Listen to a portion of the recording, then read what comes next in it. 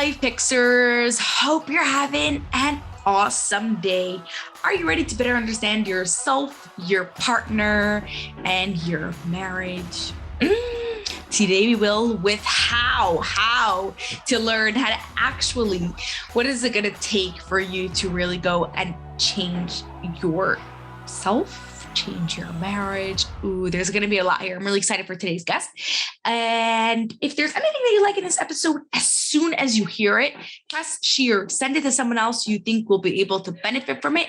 So that way you'll be helping them become better. You'll be helping them improve their relationships, and you'll be helping us reach our goal of 1 million downloads by the end of 2025. Well, we're actually getting super close to that. We're already in 2022. Ooh, we need your help, guys. Anyways, today's guest, I'm excited, is a life mastery coach and has been working with people worldwide for over 15 years. He is the author of Funky Wisdom, a practical guide to life.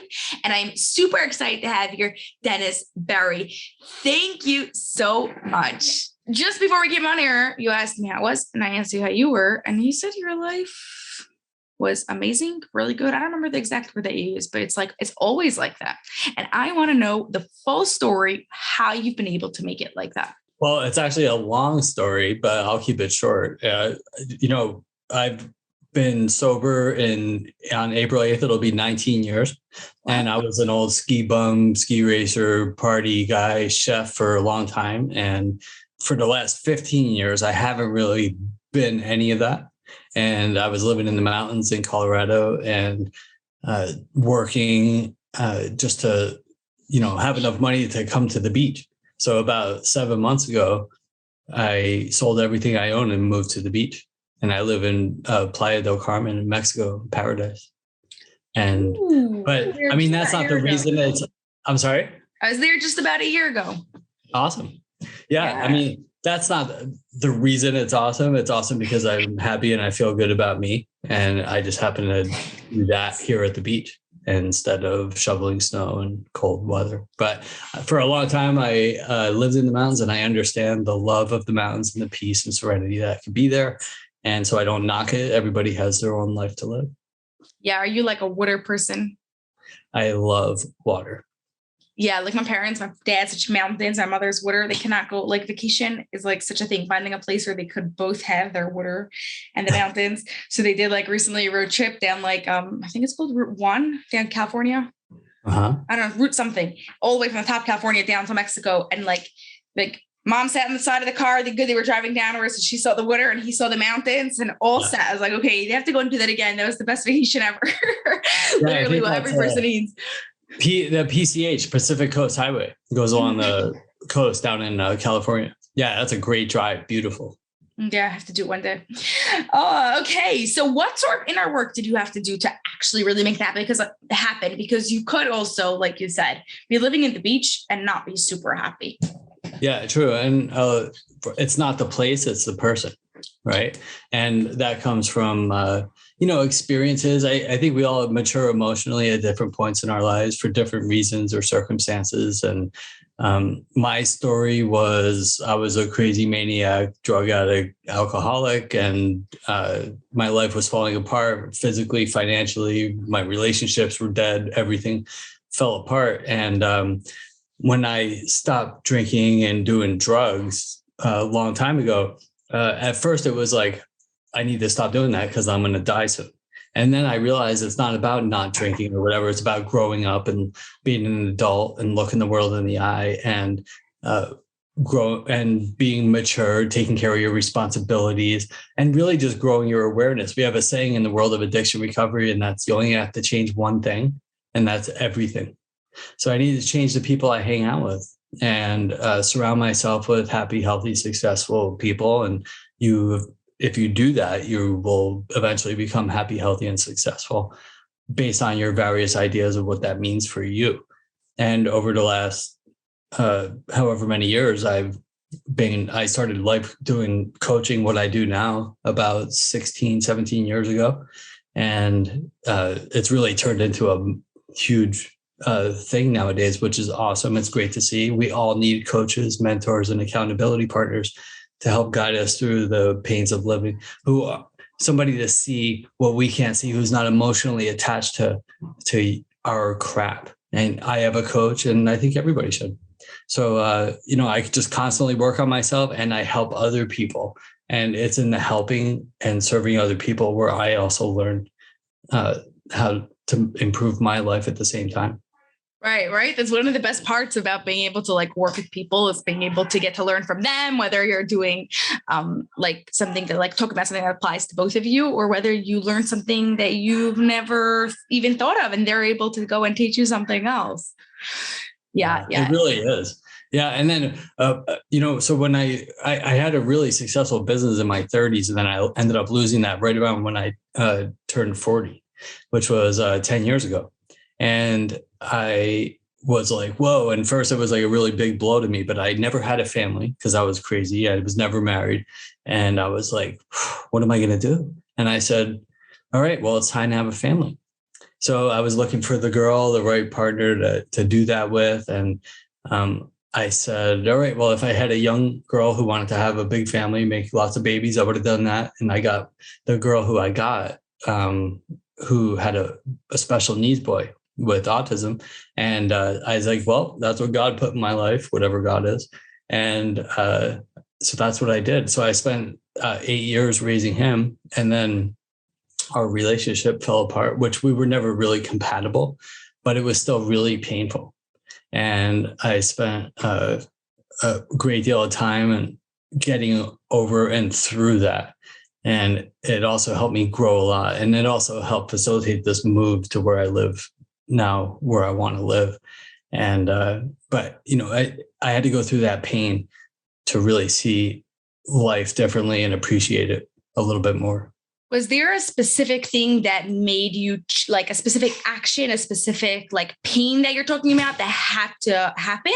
Or was just in general, just the whole pain and you're like, okay, enough is enough. I have to go and do something else. Yeah. I think, the biggest, this is a relationship podcast. So, the biggest addiction in the whole world is codependency. And everybody thinks drugs, alcohol, chemical drugs, or whatever it is, when you think of the word addiction. But with codependency, it's like we're scared to death to be alone. And we get in these relationships, whether they're right or wrong, but we have somebody there and we hang on to that relationship, whether it's good or bad, for a long time. And we were never really compatible. It was kind of a relationship of convenience. And I had a family. She had a dad for her special needs boy. And it was great. And I learned so much about life, raising kids and growing. But at the end, what we realized, both of us, and it was really sad for both of us, was that we were just unhappy. And we were trying to fit that square peg into the round hole. And you can only do that for so long. Buddha said, 2,500 years ago, it's like 3 things can't be hidden long: the sun, the moon, and the truth. Right. And so we kept trying and trying, but it just didn't work. And, I think a lot of broken relationships go on for 20 or 30 years. And to answer your question, the long way was that what I learned was that it's okay and a broken relationship, and that we're not obligated to make it work if it's not working. And we need to heal after that's over before we go into the next relationship. What I did was really painful. I had to go through this heartache, and I had to do a lot of work to get through it, a lot of writing and reading and crying and feeling. We don't like feeling. Feeling is painful. So I had to do all that feeling in order to grow. And once I did that, I realized that was painful. And the real heartache, like the cut, the real bleeding heartache, lasted maybe like 3 months. And then it was just, long. There was like, waves of sadness and stuff like that. But what I did was brave. What we did, and we talked about that before I left, before we split. And most people aren't willing to do that. They're not willing to go through that sharp pain. And so they draw it out on a daily basis and live with that long, dull ache. And it's really painful. And that's what I learned is like, if a relationship's not going well, it's okay. It's like people cycle in and out of your lives. Sometimes it's coworkers, sometimes it's friends or family. Sometimes you meet somebody for 5 seconds that changes your life. And sometimes it's 50 years, but it's okay to love people and not have to be with them. Yeah, and sometimes it actually does better for the relationship. You're still loving each other, but like you're now taking a different spin on the relationship. I don't know how you like completely if you still talk to her now or what you decided. But in general, like relationships change and we have to as we change, our relationships change, and it also makes our lives better. Hopefully, better. It's Yeah. changing. Hopefully, it's for the better and not for the worse, sort of thing. When you're doing like the focusing in the relationship part of coaching with people, what do you tend to find the tip or the tool that you give the most? Like you think everyone just needs to know this? It's really hard to pick one, but just You to can give us two. well, to give you like a blanket overview, like when I do relationship coaching, it's never together, always separate, right? That's never the three of us sitting there. To me, it's an old broken system that is effective sometimes, but not all the time. And the reason is because somebody wants to be there more than the other. Somebody's more talkative, somebody's angrier or whatever. And it's hard to really make change happen, right? So when we go to a relationship counselor, it's usually because there's a crisis of sorts, the relationship's over, somebody cheated, there's abuse, some sort of a crisis going on. So during which time when you go for a couple months, some of the crisis has passed. You learn a few tools to get through, but so you stop going because it can get expensive, and then you just a week later you fall right back into your old behaviors because that's what our subconscious mind is programmed to do. So the only way it really works is when we work separate and then we work on improving ourselves. And then we bring our improved selves back into the relationship. It's really the only way that I've seen it work. I have a very high success rate of working with couples. And but we work on ourselves, and the greatest tool to answer your question is to rid yourself of blame, right? We can't continue to blame our partner and wish that they would change or be better or different because we can't change anybody but ourselves. So when we work separately, we're like, where am I to blame? Where am I falling short? Where can I be a better partner? Where can I help this person be a better person too, without sacrificing who I am? And so that's basically in a nutshell. Hopefully I answered your question in a roundabout way there. It's about improving ourselves, not blaming the other person for anything that's going wrong because we can't change them anyway, and just work on becoming a better lover, person, partner. Yeah, 100%. I always say like you have to work. We know that you have to work on yourself first in order to go and actually work on your relationship. But that you like mentioned it just now, like in the end of when you talk about the blame part and getting rid of the blame, and like taking the responsibility and knowing what your part is in this situation comes a lot from this self-awareness. Now, I think any sort of change starts with self-awareness. And I'm curious what you have to say on that. Yeah, I mean, you can't fix a problem you can't admit exists. And that awareness usually comes, unfortunately, from some sort of pain and discomfort or suffering, whatever you want to call it. Because if everything's going well, then I don't need to change. So there's no need you don't just get that awareness if everything's going well. So we have to first be aware that there's a problem. And then in my book, I talk about the how approach to life. And it's like, how do I fix my relationships? How do I lose weight? How do I write a book, start a business, quit drinking? And the answer is in the question. It's honesty, open-mindedness, and willingness. That's what how stands for. I have to first say, all right, things aren't going well, and something needs to be done. And then once I do that, then I become open to new ideas and a new way of living. And once I become open, then I become willing to apply those things into my life. And so that's how you make change happen. But first, there needs to be that awareness that my partner may or may not specifically be to blame, but I can't be the judge there. I have to work on me. Now, if they're completely to blame and they did something horrific, or you just don't love them, then it's your responsibility to remove yourself from the relationship. But and these are all hard truths, but it is the truth. But if there's love, mutual love and respect and understanding, and you want to make it work, then it starts with improving yourself. I can blame you for doing this and that, but that doesn't make me better. And I still walk around with resentment, anger, sadness, and I can't be loving, kind, and supportive when I'm full of resentment, sadness, and anger. So we need to work on removing those harmful beliefs and behaviors. And then you can have a successful relationship again. Yeah. So if a person wants to become more self-aware, to become more, have that more of that honesty part in them, what should they look out for? What should they start doing? What's going to really help them start getting on the right path? Awesome question. A big part of my focus. So I think a very holistic approach, and holistic, just so in case anybody wonders what that means, it simply means whole. It doesn't mean anything spiritual or, religious or anything, because it has a religious sound to it, but it simply means whole.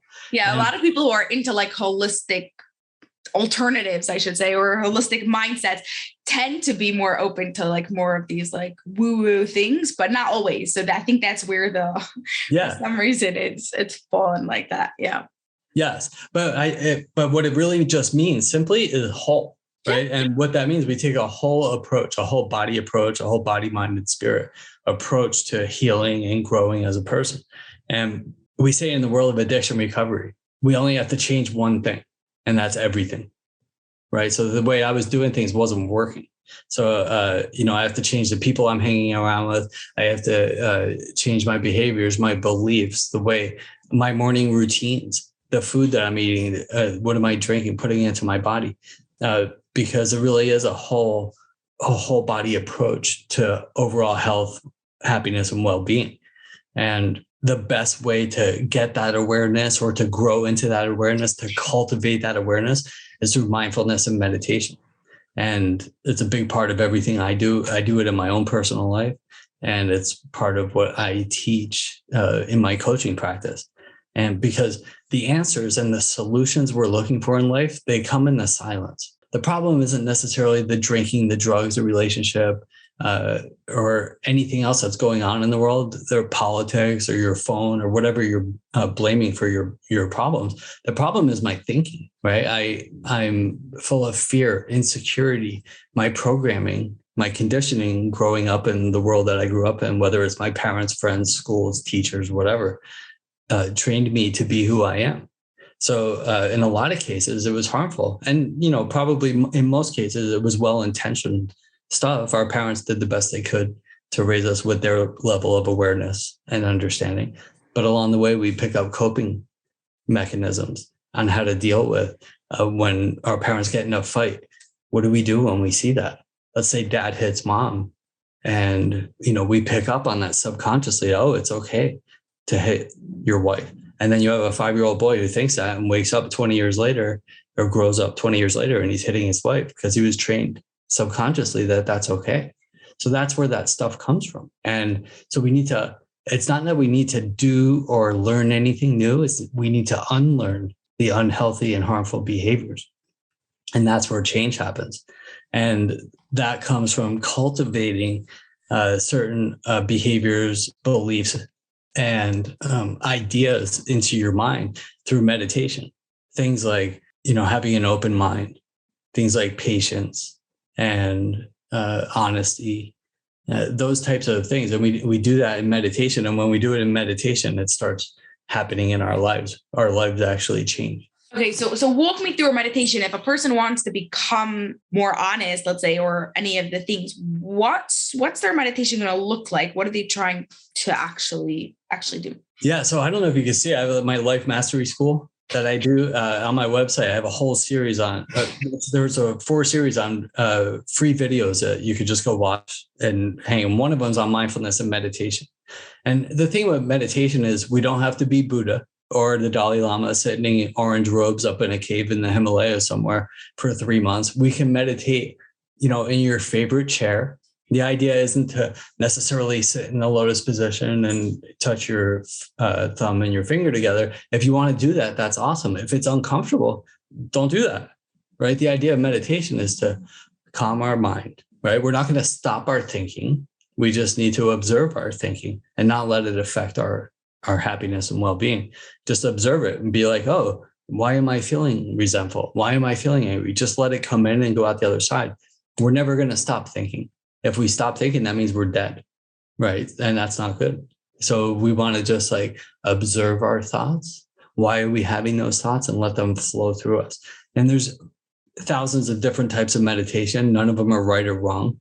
If you're feeling, yeah, but sorry, just change it a little bit more like for not just like a meditation, but a meditation to like for that specific improvement, right?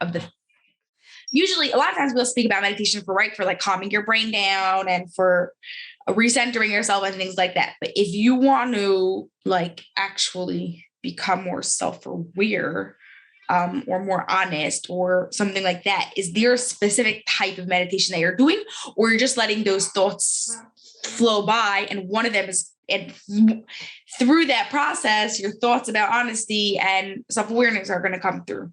I think it's a combination of the two. Remember, it's called a meditation practice, mindfulness and meditation practice. We practice it every day. And when we do, our brains produce the happy chemicals, the serotonin, the dopamine, the things that keep us calm and peaceful. And the thing is, though, it's like gas in our car. So we meditate, we get those happy chemicals, and then we use them, they go away. So it's cumulative. So when we do meditation on a regular basis, we become more peaceful. We become more aware. Those thoughts that we had yesterday, if they're really that important, they'll be here today. If not, then that means that we've observed them and they've moved on. And that's really what it means. I mean, some people, if you truly can't sit in silence for, 10 or 20 minutes or whatever, then there's guided meditations. If you type in guided meditation in YouTube, there's at least 100 million of them. So if you can't sit still, find a guided meditation. If you want to, I enjoy the beach. You could type in 10-minute guided meditation beach, or a 5-minute guided meditation beat. If you want to hear birds chirping, listen to birds chirping, or raindrops, whatever floats your boat. Ultimately, the idea is to simply become calm and aware. And that comes through repetitive meditation.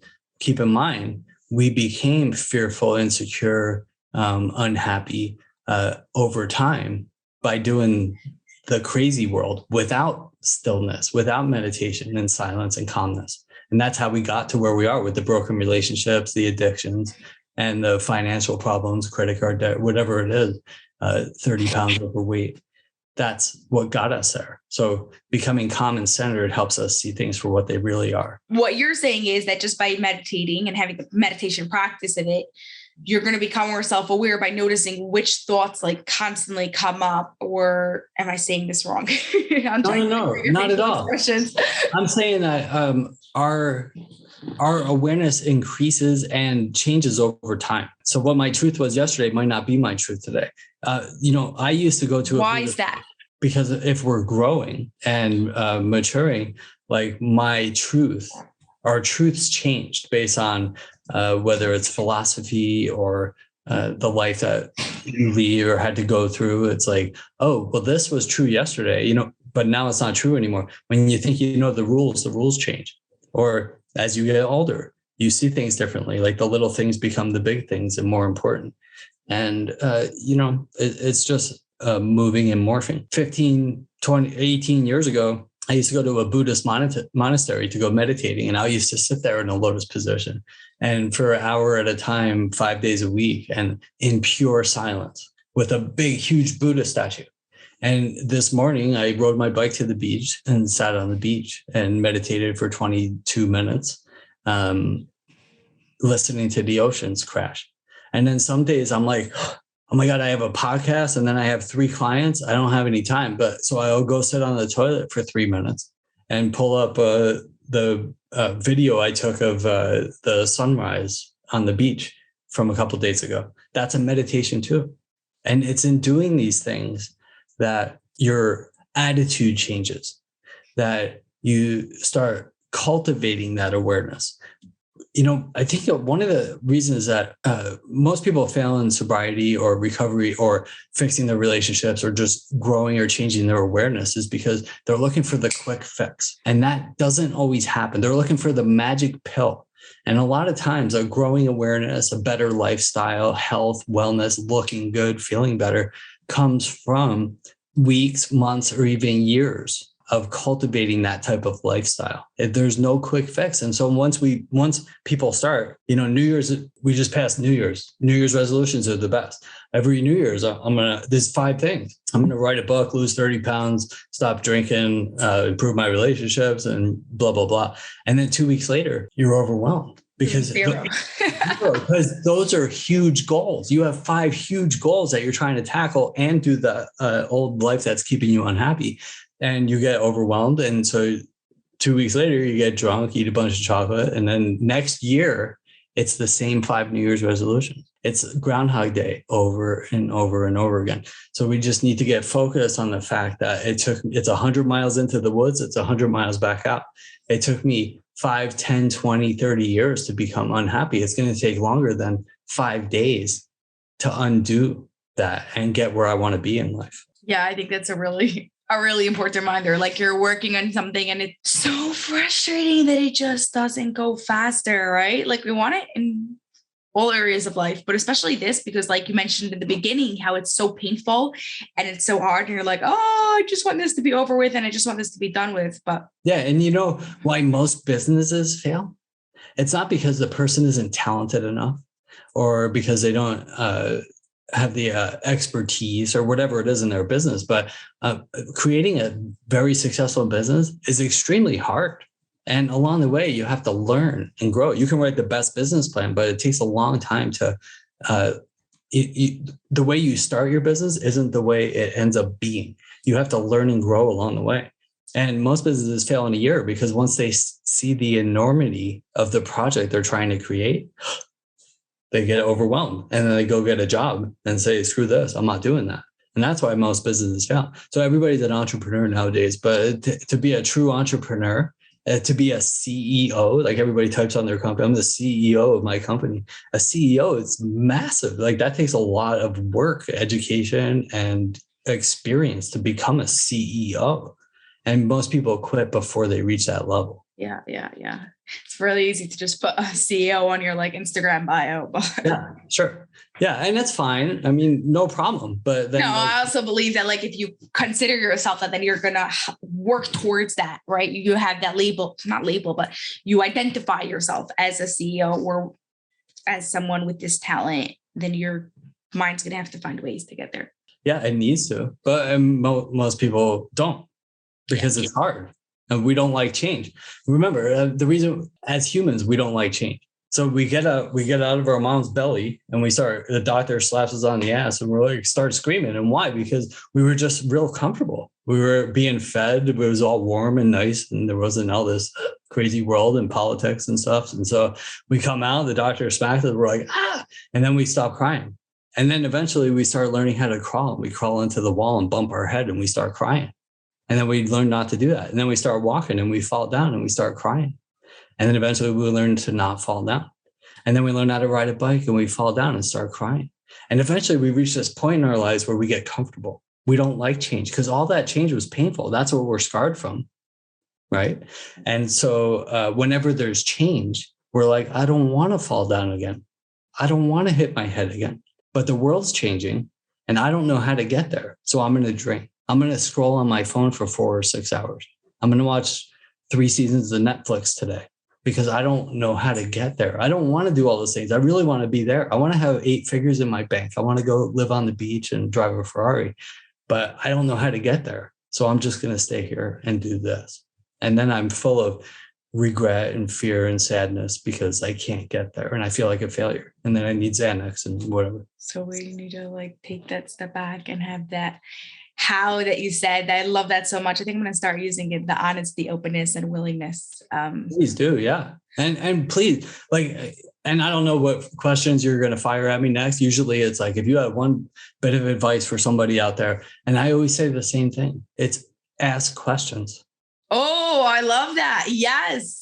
Ask questions is like I think that's the way you're going to learn. That's the way you're going to grow. That's the way you're just going to actually be able to live your best life, part of it at least. Yeah, that's 100% right. I mean, like, I don't know how to get there. So ask questions. You're pretty young. You probably don't remember before Google Maps and Waze and stuff, we used to stop and ask for directions. And it was always like a stereotype that guys didn't want to do that because they're macho. I don't want to ask anybody for help. And I was always the one that stopped and asked for directions. I was like, that's stupid. Because why? I'm going to drive around for 2 hours in the rain like an idiot, wasting gas and being stuck. Or I can roll the window down. And in 2 minutes, I can find out how to get there and stop wasting time. It's the same thing in life. It's like, if I don't know how to fix my health, my finances, my relationships, start a business, write a book, and create the life I want, ask questions. Ask how to get there. You're going to get there much faster and you'll be successful. My best thinking got me stuck, drunk, overweight, unhappy, unhealthy, and broke. So if I ask questions, then I learn how to get out of that. Oh, yes. Okay. So I actually have a different final question for you. But before we get to that, where could Life Fixers connect with you and learn more about you? The very best way is to go to my website, dennisberry.com. And from there, you can buy my book and we can schedule a free session. You can watch the podcast, which I don't really film much anymore, but there's like 200 episodes. And my Life Mastery School, which is, again, a series of free videos that anybody can tune into anytime. There's one on addiction recovery, one on love and relationships, one on health and wellness, and one on mindfulness and meditation, where I have guided meditations. And then I talk about a little bit of what we spoke about. What is mindfulness? What is meditation? What's ways to meditate, et cetera, et cetera. Awesome. Okay. So final question is, how would you describe an extraordinary relationship without using love, trust, and for you, I'm putting in open-mindedness or openness? Wow. I would say connection and respect and listening. Yeah. So those are 3 words. Connection, make sure there's an organic connection, which I did not have in my long time previous relationship. There needs to be an organic chemistry there to fall into when times get tough. There needs to be respect, which I'm not allowed to say love, like you said, but without respect, it's really hard to love. And listening, because we're all very selfish, right? And by we, I mean all of us. That's a human condition. It's not a dentist thing or an ST thing. We're selfish by nature. So listening to your partner without having to provide solutions all the time, just being there to listen, establishes that trust and security that you need in a relationship to make it successful. Yeah, it's so hard, but so worth it every time you actually end up doing it. So thank you, Dennis. This was really interesting, really informative. And the way you wrap things and put them in a really, explain them really well and really practically, I think people will really I appreciate you being here. Yeah. Thank you so much, Essie. I loved it. It was great to talk with you.